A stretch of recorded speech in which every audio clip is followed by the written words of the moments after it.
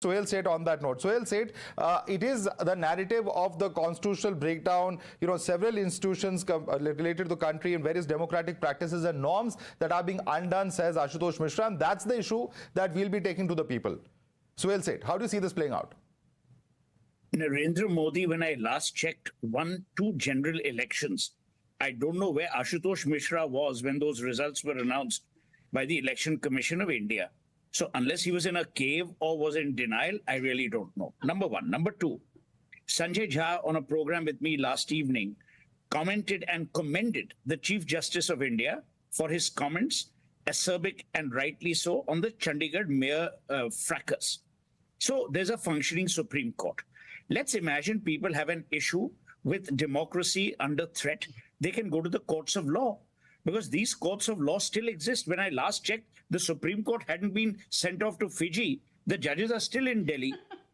Now, let me tell you the reality. The reality which even my good friend Sanjay is not admitting to, but he knows in the depths of his heart. The problem is not the Congress. The problem is the leadership in the Congress. Look, the Congress has done yeoman service. Whether the BJP trashes Nehru or not, I will never go down that road. The Congress has delivered to this country a lot. A lot could have been delivered. That's up to the country and up to the Congress. To trash the Congress totally is incorrect, to my mind. But Rahul Gandhi is not meant for politics. And I think the comment that Modi made about the relaunching of a product, we're all from the corporate world, some of us, you don't relaunch the product over and over again. You can have a new and improved Brill cream, but you can't have a new and improved Rahul Gandhi, because with every improvement, he reminds me actually of Alice in Wonderland. There's a lovely line in that which says, lessons are those that lesson from lesson to lesson. Every time Rahul Gandhi is seemingly evolutionary, it's a fallback. A, B. I was the one who actually wrote, amongst many other people, I thought that the Bharat Jodo Yatra version 1 was a huge comeback for Rahul Gandhi. It made Rahul Gandhi, the politician, relevant. But again, after that, you saw what happened at the state levels. So I don't think Rahul Gandhi is fit enough to lead. The problem is that when he is not fit enough to lead, the vacuum that is being created is not being filled by someone else. With all due respect to Mr. Kharge, at 83 or 81, and I'm not being ageist here, he doesn't have the drive, poor chap.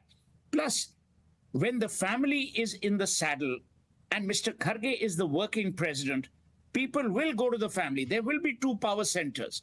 I had famously said at that point in time, Madhav, that Sonia Gandhi was in power but not in office. Manmohan Singh was in office but not always in power. That is the reality of the Congress even today. Okay. And I have a lot of respect for the Congress. Yeah. You need the Congress. You need an opposition for a democracy. Mr. Mishra, Ashutosh talked about democracy. Democracy is not under threat because institutions are crumbling. Democracy is under threat because there is no opposition. It is not Narendra Modi's job to go shopping for an opposition or for television panels to turn into an opposition. Yeah, let me bring in Sanjay on that. I think there are some very important points you've made. I want Sanjay to respond to you on that, because at the end of the day, when the Prime Minister talks about the relaunch, he's also talking about 2 or 3 other important issues. He says, A, that top leaders have gone from one house to the other, whether it's Mr. Kharge, whether it's Mr. Azad, and that it's because of the focus on one family, the Prime Minister says, that there is now this issue within the Congress when it comes to leaders or developing alternate second-line leadership as well, Sanjay Jha.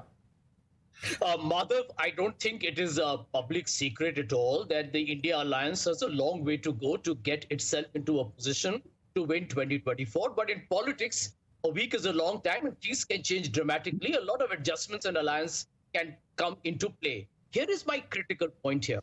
I have seen through history, and we all are, as Sohail rightly said, we are all smart people here.